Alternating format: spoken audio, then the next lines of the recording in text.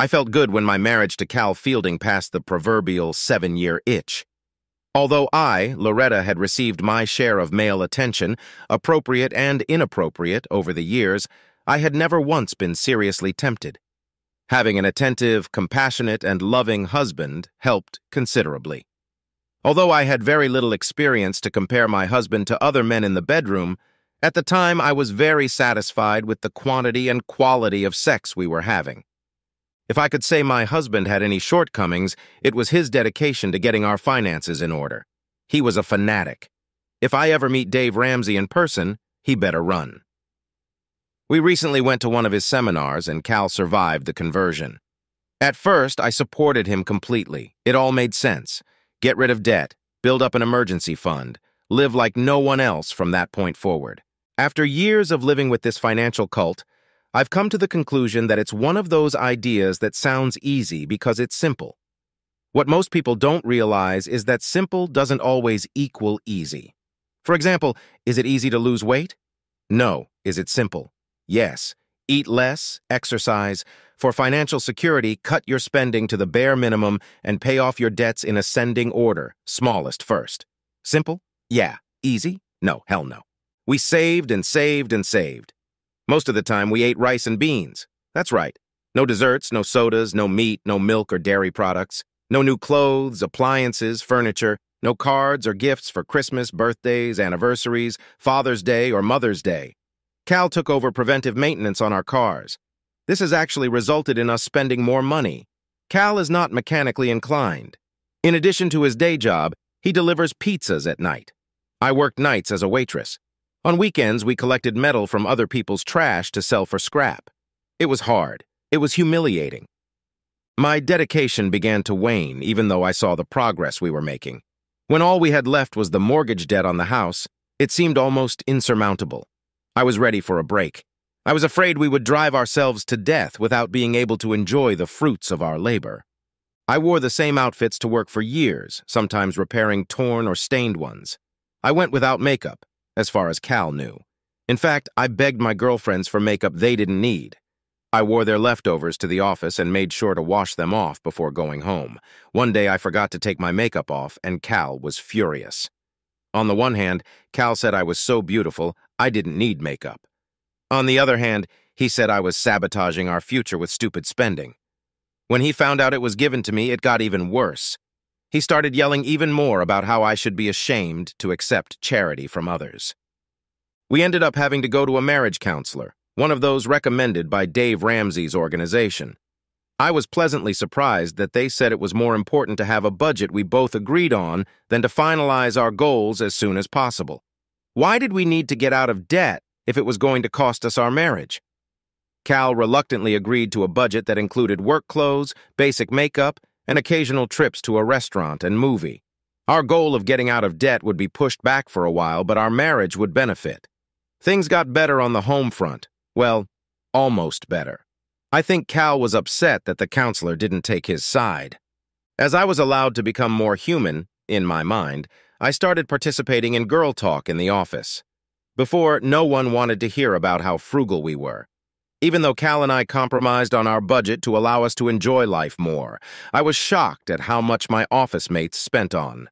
Well, everything. Nothing seemed to matter to them except the amount of the monthly payment. Their spending habits weren't the most shocking trait. It was the sex. They talked not only about sex with their spouses, including size comparisons, but also about sex with their lovers. And they talked about sex with their lovers like it was no big deal, as if everyone was doing it.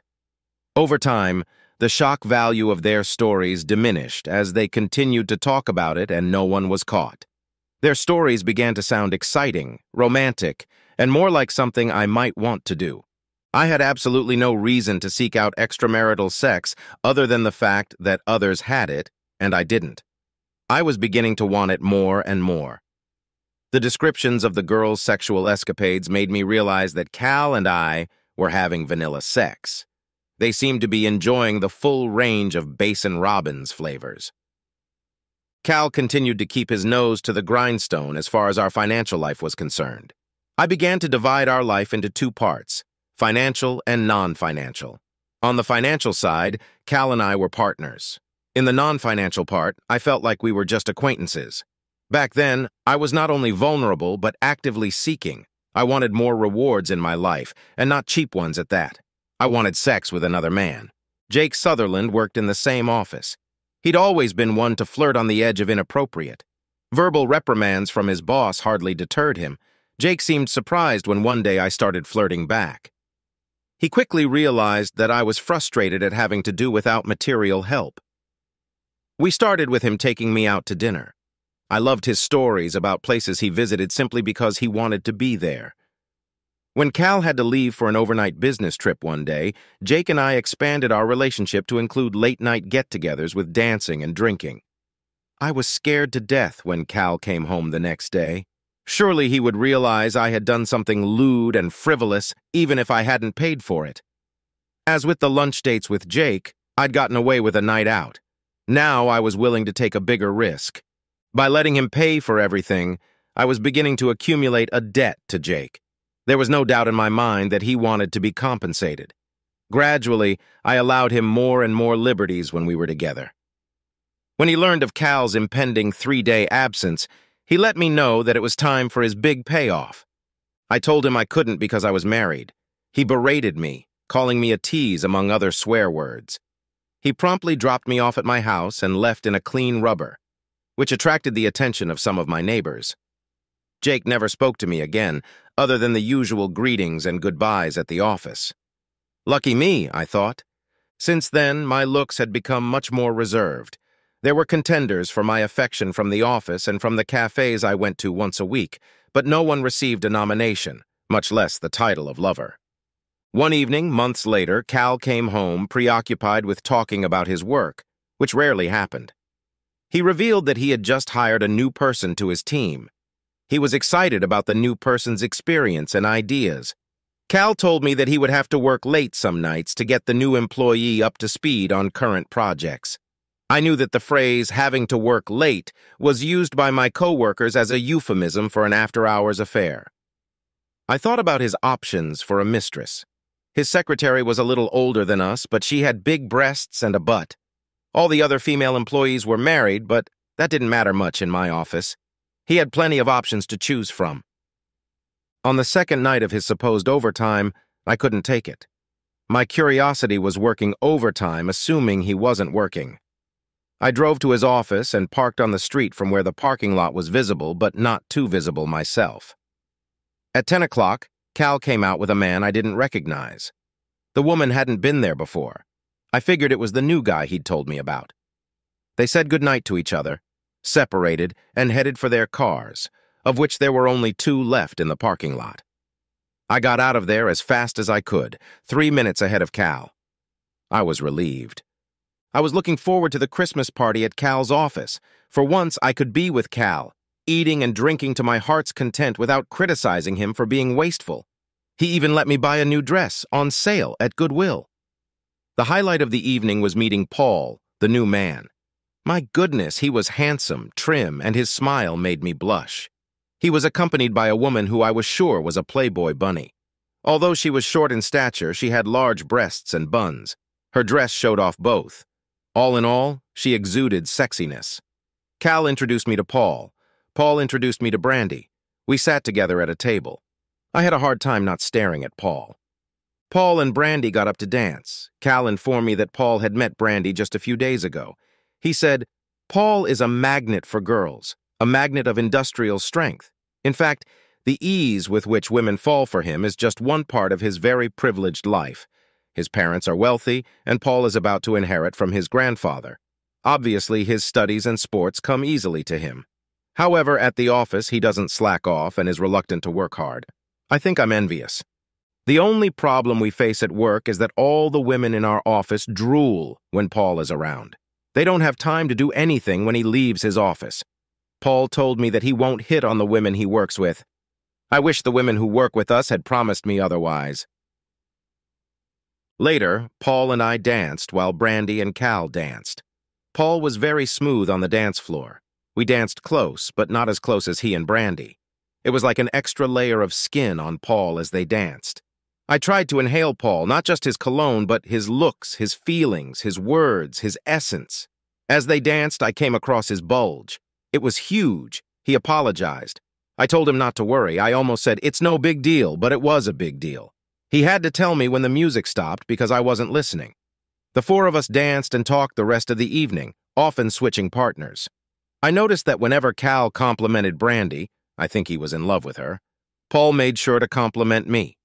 I wasn't sure if Paul was trying to get Cal to stop hitting on his date or if Paul actually liked me.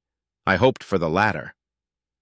We all left the party together and gave the valets our tickets. Paul's car pulled out first, and ours stayed behind. After another round of goodbye hugs, we followed Paul's car out of the parking lot and into the street. I noticed that even before Paul's car pulled out of the parking lot, Brandy was leaning over Paul and doing something to his lower body for a while. Soon her head started bobbing up and down. I turned to Paul, who was looking at this with wide eyes. I was so horny that, mimicking Brandy's baby voice, I started on my husband. It was the wildest public sex of our lives. It was the prelude to a very enjoyable night of sex. I assumed Cal was imagining Brandy when I fucked him. But that was fine with me, since I was definitely imagining Paul. And I was definitely interested in the actual size of his bulge. After that night, Cal was more socially and financially liberated than ever. We started hosting couples and going out more often. Of course, Paul was the first and most frequent guest we invited. I teased Cal, saying that he probably couldn't wait to see Brandy again. He replied that Brandy, who came with Paul, might not. If office gossip was to be believed, Paul was rarely seen with the same girl twice. I found that interesting. We had a sit-down, and Paul showed up with a girl who looked nothing like Brandy, although sexy in her own way. Her name was Sybil, and she was tall, dark-haired, and slender. She moved like a runway model.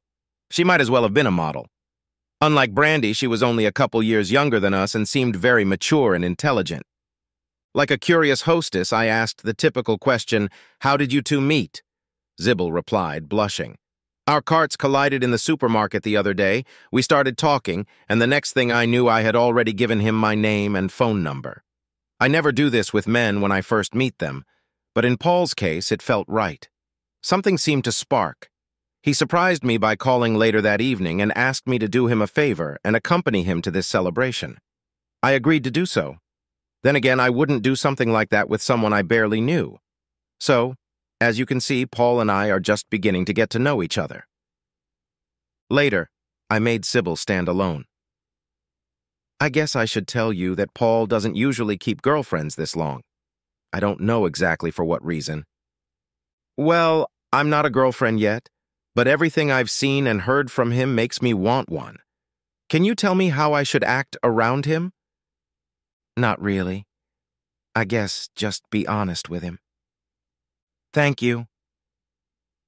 Sybil's behavior was far more restrained than Brandy's, but that made it no less effective. He laughed appropriately at Paul's jokes, listened intently to everything he said, and she often put her hand on his arm to show subtle affection. I was jealous. I would have loved to have clung to Paul anywhere. Sybil was doing quite well. She lasted 2 months. We didn't know any details about their relationship. Paul never proposed, and we never asked. One day at dinner, Paul brought Julie instead of Sybil. It was as if Paul said next, and the beautiful girl agency sent him the next couple.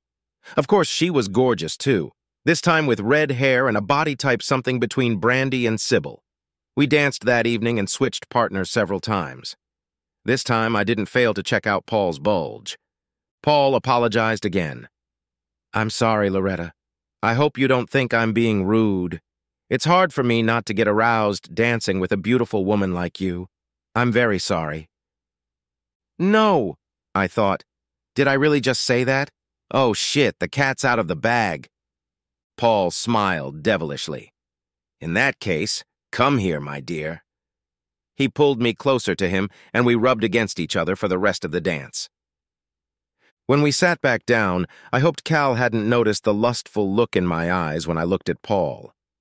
Paul, on the other hand, hadn't changed. When we started dancing again, we continued where we left off. At the end of the song, Paul whispered, "Loretta, I have to kiss you tonight. Please make it happen." I had already surveyed possible hiding places. Go to the bathroom after me. A few minutes later, I excused myself to go to the bathroom. Julie didn't offer to go as she had gotten more possessive after seeing Paul and I dancing. I went to the restroom, used it, and went back outside. When Paul came in, I led him over to the balcony door and opened it. A strong gust of cold wind blew in on us. I didn't care. I was more than warm inside. After making sure no one could see us, Paul and I nestled our lips against each other almost immediately. After too short a time, he said, "I think we should get back to the house before they miss us." "I know, Paul, but I don't want to." We managed to pull out and go back separately. Julie stared daggers at me. Cal looked uncomprehending. Julie made sure she spent the rest of the evening dancing with just Paul. I was still reeling from my first kiss with Paul. It was more than 3 weeks before Cal or I talked about Paul. Cal had been promoted, which meant 2 things. We would be able to pay off the mortgage faster, and Cal would have to travel more. He actually had a trip coming up that meant he would be gone for a whole week. He surprised me by saying, "Loretta, I'm worried about you being alone for so long. I hope you don't mind, but I've asked Paul to keep an eye on you. Maybe take you out to dinner or something so you won't be too lonely. There are plenty of men who would love to take advantage of a beautiful woman like you." I had a hard time coming up with an appropriate response as my heart leapt with joy. "I'll miss you, dear, but I don't think I need a babysitter. Are you sure it's okay with Paul?" "Yes. By the way, he said he wants to take you to an art exhibit if you're interested." "That would be nice for a change. He's a really good friend to both of us." "Yes, Loretta, he is." Paul and I went out to dinner the first night Cal wasn't home. I got goosebumps with excitement. It was a romantic dinner with wine at a restaurant where we knew no one and no one knew us. Soon I was already feeling relaxed and trying to keep my feelings for Paul from being obvious to the other people in the restaurant, just to be safe. We made small talk during our meal and then went to the museum. He walked me through the building and many rooms of the museum until we were in a room where no one else was there. He turned to me and said, "This is my favorite room. Do you know why?" "The paintings?" "No. I like it because we can kiss and not worry. We can hear someone else coming in 2 rooms over." He kissed me deeply. Soon I was immersed in him. After a few strong caresses and stroking, we heard someone's rumbling footsteps. He asked, "Where should we go?" "To my house. I need to be home when Cal calls." We headed outside. Yes, we had a landline. It was cheaper. Paul and I went straight to the guest bedroom and started taking off our clothes. At that moment, I realized that I was no longer Cal's woman. I belonged to Paul. That's what I told him. He agreed. The next night, he came over for dinner, and we spent the night in bed. It wasn't as good as the night before. Paul seemed distracted. "What's the matter, Paul? Do you feel guilty?" "I'm the one who should feel it, but I don't. Loving you feels so right." "It's not guilt, though we both should feel it. It's the work. Loretta, I don't know how to tell you this, but Cal does things at work that are at least unethical, if not illegal." "What, Cal? I find that hard to believe." "Me too. I didn't pay attention to it at first, hoping it was just a temporary glitch, but it turned out not to be, and there seems to be a large sum of money involved. Come to think of it, he recently told me that something was going on at work that meant we'd be able to pay off the mortgage. We'd have an emergency fund, and we'd be able to start a family. I assumed it was a bonus or a promotion. Oh my God, what are you going to do?" "I hate to tell you, but I sent out my resume. I got an offer, a really good offer, from one of our competitors. It means I'll be moving to Akron in a month or so. I don't want to be here when the axe falls on Cal." "Paul, no, not right now. We just started our relationship. You can't leave me now." "I don't want to leave you. I've been spending a lot of time thinking about us lately. Loretta, why don't you come with me? We can start a new life together in Akron." In a split second, I made the most important decision of my life after marriage. I made the decision with my heart, not my head. "How can we do that, honey?" "You can divorce Cal and just come with me. We can get married as soon as your divorce is final. Please say yes." Paul, you know Cal will fight the divorce, probably more for financial reasons than to keep me. He's so fanatical about getting out of debt. We'd have to divide our assets and it would kill him. He's worked so hard to become financially independent. What if you don't ask for anything from him in the divorce? You really don't need anything. I have enough money from work and family. Besides, I'll inherit a lot of money when my grandfather dies. You don't have to ask for anything if he agrees to a 30-day quick, uncontested divorce. Oh, Paul, are you really sure you want me that badly? Let me show you how much I want you. He nearly killed me with multiple ecstasies. The next day I was too sore to walk. He had convinced me. The return of the feces. Paul and I decided to wait for a special event, the burning of our mortgage. As soon as Cal returned from his trip, he rejoiced that we were very close to being completely debt-free. We planned a celebration at our home. We invited friends and family and even called Dave Ramsey, who personally congratulated us. We shouted over the phone, "We are debt-free!" When the celebration was over, it was just Cal, Paul, and me. Cal proposed a toast to the three of us and our continued close relationship. Paul and I did not drink to the toast. Cal looked puzzled. I took a deep breath and said, "Cal, congratulations on being debt-free. You have sacrificed so much to reach your goal. Unfortunately, in the process, you sacrificed the way you treated me. I'm afraid I have some bad news to attach to your good news because of that. There's no way I can think of a way to soften the blow, so here it is.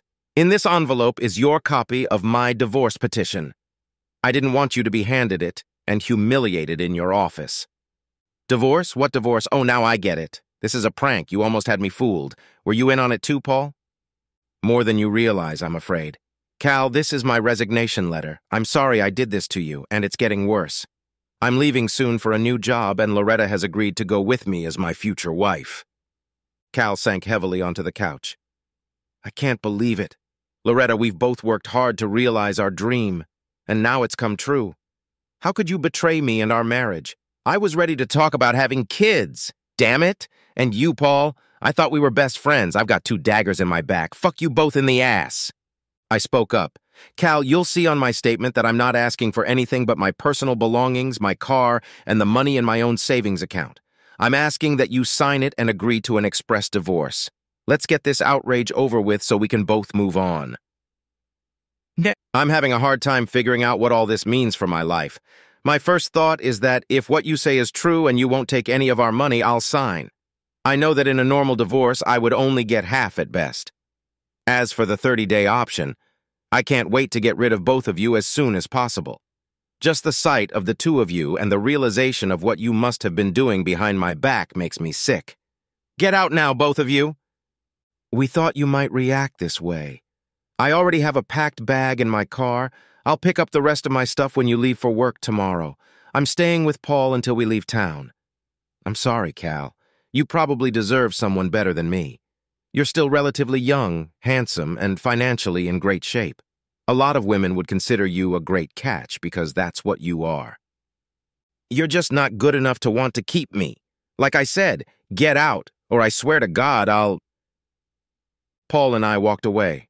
I was crying, and Paul had tears too. We assured each other that we had done the right thing, even though we had hurt a man we truly admired. Paul worked for a few more weeks, enough to make it easier to replace him. I noticed that Cal had put our house on the market. I cried because I knew how much paying the mortgage meant to him. It was almost meaningless now. I felt so sorry for him. I applied at work, but I ended up having to stay longer than Paul to make my deputy's job easier. He took advantage of that time and got ahead of me to find us a place to live in Akron. He sent me videos of potential homes to help me choose our new home. I stayed, worked, and packed. Just before I finished my work, the decision to divorce came up. I thought about calling Cal to thank him for many years, but was afraid to pick at the wound he was probably feeling. After packing my things, I called Paul, as I had done every night since he'd left. This evening, his phone message said the number was no longer in service. I tried again. Same message. I tried calling the hotel where he was staying. There was no such person registered. Early the next day, I called his cell phone again. Same message. I started to panic. I called his and Cal's old office. HR said they only had the same number I dialed. As a last resort, I asked to speak to Cal to see if he knew anything. I fainted when I heard, "Cal doesn't work here anymore. He quit at the same time Paul did." I heard they both got jobs at the same place. I woke up from my fainting spell at a complete loss. I called their office back and was told that they had not been informed of the new company they had moved to work for. I asked if they knew of a similar company in Akron. They didn't.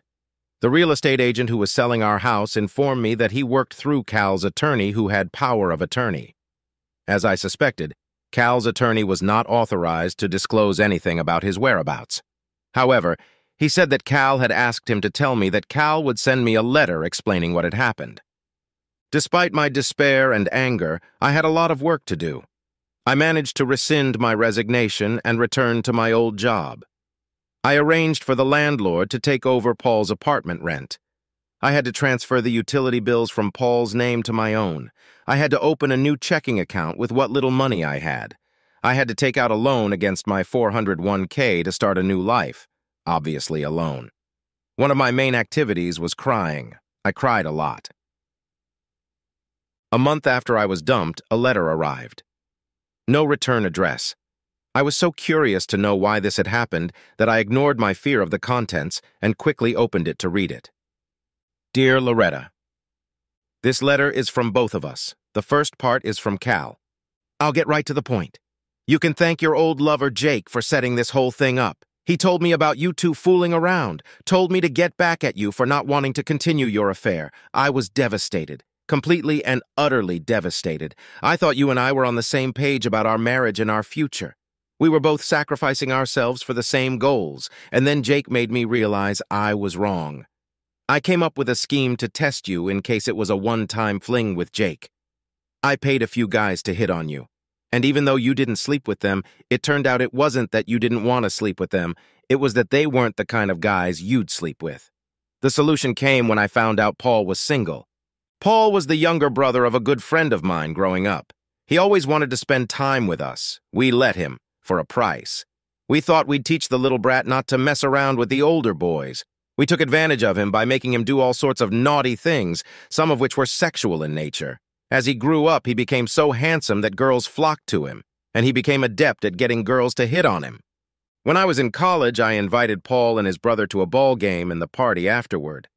When we got back to my apartment, we were already drunk. His brother had passed out. Paul and I got to talking. He asked me if I remembered our days playing circle jerk. I replied that I remembered them leading to some of the most pleasurable ejaculations I had ever experienced. He asked if I wanted to do it again now. I asked how we could do it since it was just the two of us. He offered to show me how to do it. To make a long story short, Paul announced that he was bisexual, but leaning toward homosexuality. He said he always wanted to be with me. I thanked him, but I was going to marry a woman. He asked me not to forget about me. When I called him and asked what would I do if you cheated on me, he readily agreed. We both knew he wanted to be with me again. I was surprised at how well he was doing in the office. Gradually, we became lovers. The fact that you and I were married no longer mattered. I decided that your infidelity had broken our marriage vows for both of us. We changed our revenge plan so that he and I would leave together, leaving you with nothing. You could probably find us if you tried, but why try? No crimes have been committed. No money was stolen from you. Paul broke his promise. Good luck prosecuting him for that. Paul. Loretta, I imagine my betrayal may have hurt you the most. On the one hand, I'm sorry. You are a very attractive woman, and I enjoyed our intimate relationship. But the fact is, I've known and loved Cal longer than you have. When he called me and told me about this scheme that would lead to your divorce, I was shocked. You may be asking yourself, how could I have done this to you? I'm afraid it was simple for me. You had Cal. You left him for sex with other men. All you had to do to keep him was keep your legs crossed. I sympathize with you a little, but not much. It's hardly any consolation to you, but I'll do my best to make him happy. I know I would never cheat on him with a woman or another man. Loretta, don't try to get him back. He's mine now. Your ex-husband and lover, Cal and Paul. Epilogue. The story you have just read was written as part of the intensive therapy I have been attending since my fall from grace. I had no trouble blaming myself for the situation and preparing myself to not repeat my mistakes in the future. Most of all, I struggled with anger at Cal and Paul for the deception they set up for me and anger at myself for falling for it. I'd really wanted revenge. I still have thoughts of accidents, fatal STDs, being beaten up late at night by unknown people, or castrated. My favorite thing right now? All of the above. One nice thing happened at work. Several women who bragged about their affairs have been caught. So far, there have been 2 divorces and mandatory counseling for another couple. Since I was caught around the same time they were, no one seems to have ever figured out who told their husbands about having boyfriends. That concludes my story. I gotta go. Excuse me, what's that smell? Oh yeah, some bitch is on fire. For some reason, I find it easier to take in when I'm not alone. Disclaimer. Although the heroine of this story had a bad opinion of Dave Ramsey and his theory of finance, I don't think so. I've seen several examples where the lives of couples working his system have changed for the better.